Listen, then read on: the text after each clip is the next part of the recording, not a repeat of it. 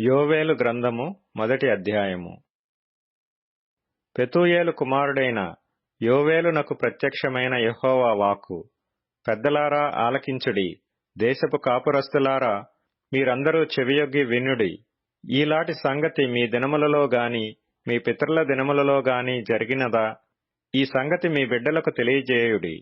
వారు తమ బిడ్డలకును ఆ బిడ్డలు రాబోవు తరము వారికిని తెలియజేయుదురు. గొంగళి పురుగులు విడిచిన దానిని మిడుతలు తినివేసియున్నవి, మిడుతలు విడిచిన దానిని పసరు పురుగులు తినివేసియున్నవి, పసరు పురుగులు విడిచిన దానిని చీడపురుగులు తినివేసియున్నవి. మత్తులారా మేలుకొని కన్నీళ్లు విడువుడి. ద్రాక్షారసము పానము చేయువారులారా రోదనము చేయుడి. క్రొత్త ద్రాక్షారసము మీ నోటికి రాకుండా నాశనమాయెను. లెక్కలేని బలమైన జనాంగము నా దేశము మీదికి వచ్చియున్నది.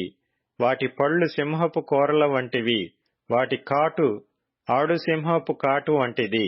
అవి నా ద్రాక్ష చెట్లను పాడు చేసియున్నవి, నా అంజూరపు చెట్లను తుత్తునీయులుగా కొరికియున్నవి.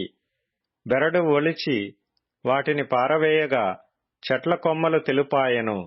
పెనిమిటిపోయిన యవ్వనురాలు గోనెపట్ట కట్టుకుని అంగలార్చునట్లు నీవు అంగలార్చుము.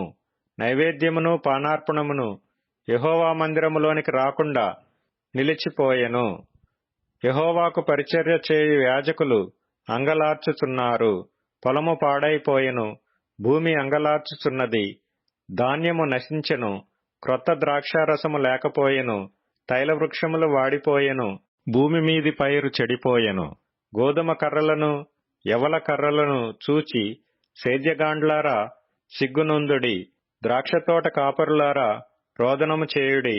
ద్రాక్ష చెట్లు చెడిపోయెను, అంజూరపు చెట్లు వాడిపోయెను.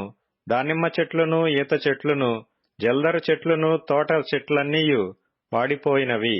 నరులకు సంతోషమేమియూ లేకపోయెను. యాజకులారా గోనెపట్ట కట్టుకుని అంగలార్చుడి.